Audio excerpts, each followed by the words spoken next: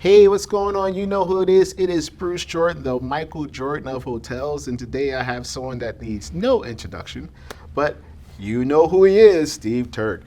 How's everything going, buddy? It's going great. I'm excited that you're here in Miami. That I get to join you here at the beautiful Marriott here on Biscayne Bay. Beautiful. Yeah, this is, I didn't know this hotel was this good, and I didn't know they was going to give me such an incredible room with a beautiful ocean view, but I love it. I think we got to get out there on the yachts. I'm seeing them all go out there. Like, it's looking a nice day out there. Yeah, I'm trying to figure out which one is going to be mine for an hour. You're going to buy one. I've seen your channel growing and growing. Very soon, very soon. So the first question I always ask everybody is, how did you get started in this business? So I got started pretty young. My dad was an attorney, and he represented big hotels. So he represented the Fontainebleau was one of them. And so as a little kid, I was running around that hotel all the time. And so I kind of fell in love with like the magic of big resorts. Mm-hmm. You know, you kind of feel that vibe at those big places. Mm-hmm. And so it stuck in my head. And as I was studying to become a lawyer like my dad, I realized that's not what I wanted to do. And I got a summer job at the Lowe's Miami Beach Hotel. And I was a cabana boy. I was running the cabanas on the pool and beach. And so that was my first job really in this world, and fell in love with it from there. Nice, nice. How did you get started at F&B? So that's a funny story too. So after I graduated college, I went back to the Lowe's Miami Beach Hotel with my degree. I had my hospitality degree, and I had the director of rooms and the director of food and beverage sitting there at a table with me. And they were all kind of making their pitch of which management track I should go into. And the one that did the director of front office, he said, Steve, you're going to learn so much. You're going to know the entire hotel. We're going to transition you into sales. You're going to learn sales up there, and you'll become a general manager. And the F&B director said, Steve, do you want to get yelled at all day at the front desk? Or do you want to have some fun running the most beautiful things on the hotel, the pool and beach, the restaurants, the bars? You're going to meet so many beautiful women. Steve, you're single. You're going to have a great time. And I said, I'm going to food and beverage. And that's what happened. That's a pretty interesting story. I love that one. I love that that's one. how it went. It was 22-year-old Steve running around and got into food and beverage. Man, tell me about some of the difficult times that you had in F&B, because not every meal comes out perfectly, unfortunately. No, it's hard. Especially, I worked in big resorts. So for me, working in big resorts, heavy volume all the time. And you have a lot of people paying a lot of money to stay at these places, and they want to have that great experience. And sometimes they may not get that perfect meal, or they may not get the perfect chair at the pool that they imagined, you know, when they were booking that vacation. So I think the most challenging time I had was always at the pool decks, pool, beach, because that's really where everyone's vacation is. They spend 6.5 hours there on average at the pool and beach. And so a lot of things can go wrong. And it's, hey, someone stole my stuff, or my food came out incorrectly, or people are drinking too much. It's a lot to handle on those pool and beach decks. So I always look at who's doing a good job. You can see it's tidy, it's clean, no one's yelling at anybody, no one has their personal DJ equipment on those pool decks. So it's really controlling those places, I think, is probably the most challenging I've had to deal with in hotels. Nice, nice. Of course, the number one assassin or hotel killer is food costs when it comes to F&B. Yep. What are some of the things that you do to control your food costs? So I was big when I was director of food and beverage, was working with the chef. And we had a weekly meeting to look at the price of the menus, where we price versus what things cost. And especially now, things are going up and down so fast. And the vendors don't tell you that they're changing the price. And you may not notice that it went up $1.50 on this burger or $2 on these steaks. And very quickly, it can erode your profit. Absolutely. Right? And so for us, it is now using the right technology. There are a lot of new tools out there that are helping you do those things. There's a company based out of Israel now here in Miami called Rico doing a good job, where it's all live prices. So you can see like where your food cost is live. Yeah, I heard of them. Right? I heard so pretty before, good. I used to have to do it on a spreadsheet, and you wouldn't know till the end of the month, and you get yelled at, and you have to defend where your food cost is. But it's knowing that to start with, like what your actual food cost you as you're selling it. And then making sure you're selling the right things, because yeah, you might have a great steak on the menu, but you don't make that much money from that steak. Correct. Right? So what other items on that menu can you push that actually have good margin? And that's where you see a lot of specials coming, a lot of creativity from the back of house to say, hey, servers, push these, run a competition on this food item that's gonna kind of get our margin way up. Nice, nice. Tell me, how often should someone cost out their menu? Because with the prices fluctuating so bad, like, yeah, I don't know. I look at it, it's tough. I want to see these tools that really work live, because it would be very helpful, but it's a lot of upfront work to get it that way. But at the very least, you got to be looking once a month.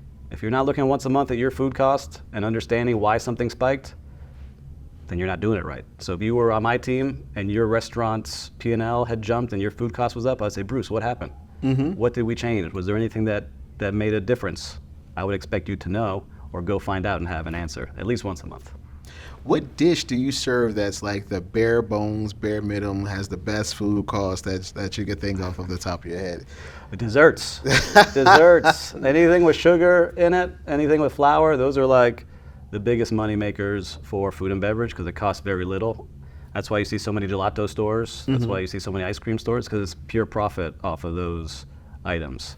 On the beverage side, man, frozen drinks. If you have a good frozen drink program, it's like printing money at resorts.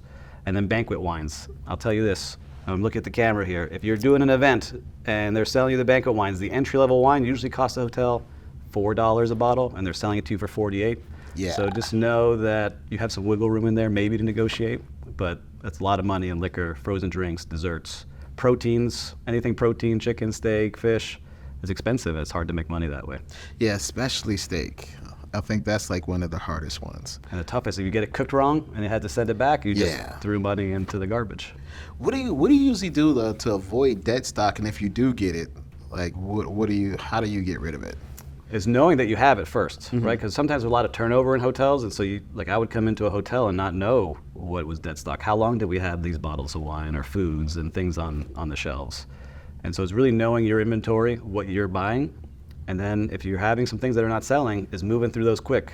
Competitions are the best for me with servers. Is I'm gonna pay you $200 to see this month who sells the most of this item. Nice. And you make it a game, you get those things going, you get it out, just so it's not sitting on the shelves. You know, I know you deal with a lot of catering events as well when it comes to the hotel industry. Like we get these huge, big events that comes in. Attrition. What happens if we bought the food, they cancel? How do you usually handle the attrition? Ooh, that is a tough one. Usually it's in their contract, right? So leading up, it depends how much time they're canceling ahead of time. But if they're canceling day before, you're getting charged pretty much the majority of that item. But it is the prior planning. It is meeting with that client. How are you pacing? How many rooms have you sold? Where are you at? Because we can adjust our ordering, 5 days prior to, we can start to adjust. But with really big groups, like in those thousands and 2,000 people, you start putting that food into the employee cafeteria, right? And that becomes, hey, we have some great meals in the employee cafeteria. Employee cafeteria cost goes down, and you start to manage it on the back end. Where else can we sell this item? Oh, the marketplace needs some to-go items. Yeah. Let's package some of that as to-go items. So you start looking around the hotel, like where else could I sell this food so I'm not sitting on it and just throwing it away?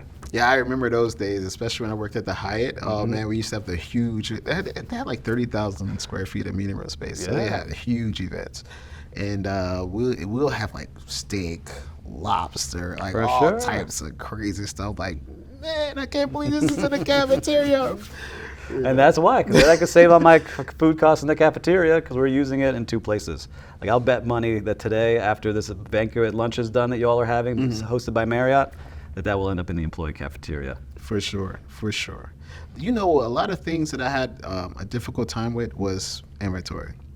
Not having inventory real time. It's a headache as at the time I was in the accounting department. Yeah. And the last thing you want to do was inventory because you're freezing your butt off inside that I hate freezer, it. inside that refrigerator, and like you're there for hours and hours on end. So what are some of the tricks and tips that you use to speed things up when it comes to inventory? Well, it's as best you can trying to have something real time. So like you're tracking what's being sold versus what you have. And it's easier said than done. I think some of these new tools now, like I wish I was able to play a little bit more real time with these AI tools that are coming out now because you're connecting what you're selling on the floor. Hey, I sold this many burgers and we have this much meat in the fridge. How much do we actually have to order? And so I had played with a couple things like that while I was working in hotels 3 and 4 years ago. That made my life way easier. I could expect, all right, we sold this many burgers every Friday, that we're gonna order this many pounds of meat to make sure we meet that and we're not overgoing. But there is no easy way. You have to physically touch a lot of the things. You gotta go touch every liquor bottle. You have to get in those freezers and see, but you can make it easier if you're doing the homework every single week. Yeah. See like what do I actually need to order versus just hitting repeat order, repeat order, repeat order, like a lot of hotels tend to do sometimes. Yeah, I noticed that. Absolutely. You know, Absolutely. and that's where you get in trouble because all of a sudden then you're sitting on a bunch of stuff that you will never use, and no one ever looked, right? No one was checking, like, our inventory keeps growing.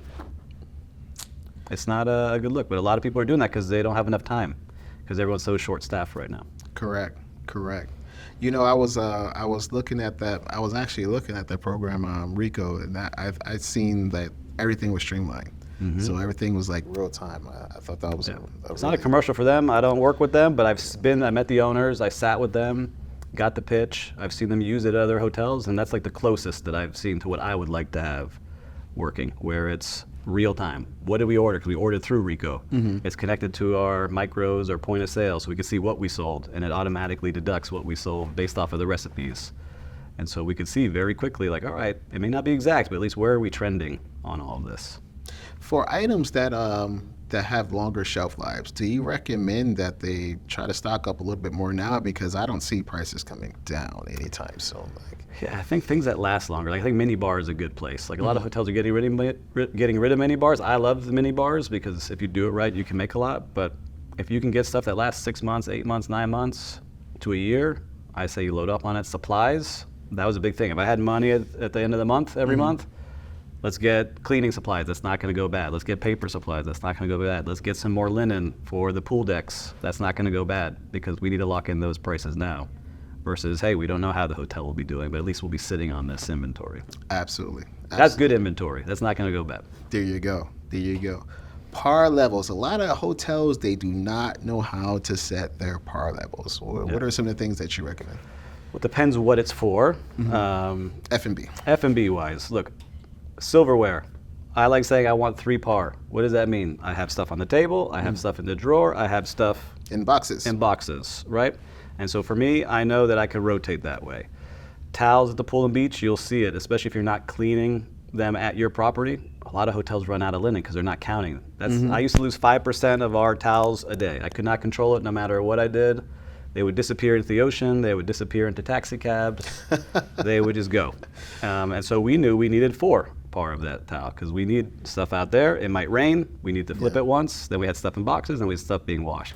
So at least we could keep it going. So it really depends on your hotel, but for the most part, you need at least 3 of anything. Like if I'm saying a par of something, maybe not bottles of wine and specialty items that are really expensive, but at least you want 3 of everything so that you're not in a pinch, and then you're going to be stuck that time when you actually do use too much of it, and then you don't have towels, you don't have the items you need for the guests. The accounting side, everybody gets a little confused when it comes to, first in, first out, last in, first out. Like, what works best in F&B? Look, you want to make sure you're using the older stuff first. Yeah. Right? That's just whatever is oldest, I want to be using because I don't want that sitting there as much as possible. And I would work with accounting all the time. So I was friends with accounting at F&B. We needed to make sure we were talking the same language. Is making sure that our chef talked that way too, because I really saw it in food and beverage. If the F&B director is pushing that, accounting's pushing that, and the chef is too, that's the key because he knows what's in those fridges, he knows what's in the freezers, he knows what's in all of the places that all the cooks have. That is probably most important because that's where you can lose very quickly. So if you don't have control on the things that actually go bad, you're in trouble. Yeah, it seems like the chef does everything but cook. Yeah, a good chef, a good executive chef of a big place is more like conducting the orchestra. Very rarely will you see him cooking, or he or she, and if they are, I get nervous because that means something's wrong. We're down like 10 people. We're down or we're behind, and if I see that, if I start seeing the executive chef sweating, I get nervous. Being creative and getting in there and creating the menus, that's one thing, but actually getting on the line, we're getting killed somewhere. How often should a hotel review their menu item report to see what's selling, see what's not selling, maybe time to change the menu? Well, I'm a little bit different. I looked at it every day, so I knew what was selling every day, so I had a good rhythm of what was going. But you should look every month. And what I like to do is every menu I had every month, whatever the bottom item was, we were going to remove it. So the bottom drink, the bottom food item. Hey, bartenders, we're going to come up with something new. Let them have their time to have some creativity. Maybe their drink ends up on the menu. Hey, new cooks, come up with a new dish. Let's see, let's test it as a special, see how it goes. If it does well, we'll add it to the menu. So all of a sudden you start having buy-in from people, but you're also changing out your menu frequently, so you have guests getting to see something new, and you're getting rid of the bottom sellers. We want to keep improving that menu all the time. For me, at least from what I'm seeing, the days of depending on occupancy to sell your restaurants and to sell F&B is over. Like you can't say we're gonna be 100%. Man, we gotta get all this in return. That's done dead and gone. There's just too many restaurants. Yeah, it's too many. That's out there now. And then there's Uber Eats, DoorDash. Like they can get this stuff delivered right to their door. They don't even need room service anymore. It's true. So what are some of the things that you do to make sure that, hey, you know what, we need to stay in business, and we may want to get some of that local business to bring it inside so we can capitalize off that revenue? Yeah, I'm working with clients now, so I work with hotels and resorts to help fix a lot of these problems. Is one, understand your capture ratio. And for people that don't know the capture ratio out there, it's how many of those guests are you actually capturing that are in the hotel. So for breakfast, I always wanted 35% at least, right? I'm gonna capture 35% of these guests in this restaurant before they decide they wanna head out into the streets, and it's because we have good menu, it's fairly priced, and we have some unique local items on there, so they get a taste of the city that they're in. Because a lot of times you visit a city, and you're in a little bit of a rush, but you wanna get an authentic taste, but then you look at the menu and it's the same thing you could get anywhere. Yes. Right? Yes. So how could I capture their eyes a little bit, especially in the top right area of that menu, right? That's where eyes go first. What are some of those cool items I can put on the top right of the menu that they may say, you know what, I'm gonna stay here for that item. I'm gonna try that today. I'll go out tomorrow morning or for lunch or for dinner. But it's hard for a 3-meal restaurant to get breakfast, lunch, and dinner. So I always say, get as much as you can for breakfast. Lunch, they're gonna be out in the city or at the pool or at the beach. And dinner, it's gonna be tough unless you have a signature restaurant on property. Like I used to work at a Nobu, I used to work at Lowe's where they have a Rayo's Italian restaurant now. Nice. Right, so they're adding signature areas that you wanna go to. It becomes its own destination. But the 3 meals, you gotta nail breakfast. That's what I push for everyone out there. What is your capture ratio on breakfast usually? Look, 35% is average for a resort, right? If you can get above 35%, you're doing great. And there's gonna be times you do that when it's raining outside. Yeah. Right, if it's bad weather, you're gonna get killed, and that's when you have lines waiting to get into places. So if you can get into that 40, 45, 50%, especially in like in the urban areas and like the business hotels, you may get that 50%. But that resort in a big city, 35 is a good number. 35%, you want that one. Nice. What are some tips and tricks that you can give us that nobody knows about, that nobody does? Tips and tricks that nobody knows about. I think, because I walk into a lot of places, and this is free. All right, so this is free for everybody, is what vibe are you putting out there when I walk into your food and beverage areas? What is the lighting like? Is it bright white and I don't want to stay in there because like a hospital? Is the music matching the vibe you want to put out? I go into some hotels that has nothing to do with the vibe they want to put in there. You don't want to sit in that place. Is it too loud where you can't speak to anybody, right? So I like to look at the vibe when I go in. So for dinner, I want to try to make it a little sexy for people when they're sitting down there. I don't want to see all the blemishes on my date or the person I'm sitting with. You want to make it so everyone looks good, so you adjust that lighting. Is the music really at the tone for that time of night? So if it's a little earlier in the evening, we don't want a party vibe. We want to kind of build to that party vibe by the end of the night, so when everyone's leaving at 10:30 to head on out, they have a good vibe going on. Nice. So I think if you could do that the right way, you'll see a lot of people spend more because they want to be in that environment. They want to sit in that place. If you have a coffee shop that doesn't feel welcoming, they'll get their coffee and leave. But if it's good, they'll get their coffee. Then they, you know what, let me get that croissant. You know what, let me stay a little longer and come back for lunch to get that salad as well. But if it's not a good vibe, they're out. Yes, and do not use soft lights in the bathroom. They need to see. They need to see what they look like in the bathroom. But now you got these crazy bathrooms here in Miami where they're like selfie bathrooms where everybody has like crazy wallpaper and statues. There's one called Sexy Fish. If you look at it, it's got like wax figures in the bathrooms and people are taking pictures with them. It's pretty wild what's going on now. That's crazy. That's crazy. Well, listen, thank you for joining us. I'm glad you was able to make it out. Yeah. How can everybody get in touch with you? Well, I'm always on LinkedIn, so if you're on LinkedIn, you can find me at Steve Turk, and you can also find me at Turk Hospitality Ventures if you need any consulting help for your hotels. All right, fantastic. And thank you for tuning in to another episode. This is Bruce Jordan, the Michael Jordan Hotels, signing out. This episode was brought to you by the Hotel Revenue Bible, the #1 hotel revenue book that has ever been written. It includes revenue management, digital ads, social media marketing, sales, catering, F&B, and more. Grab your copy today at hotelrevenuebible.com.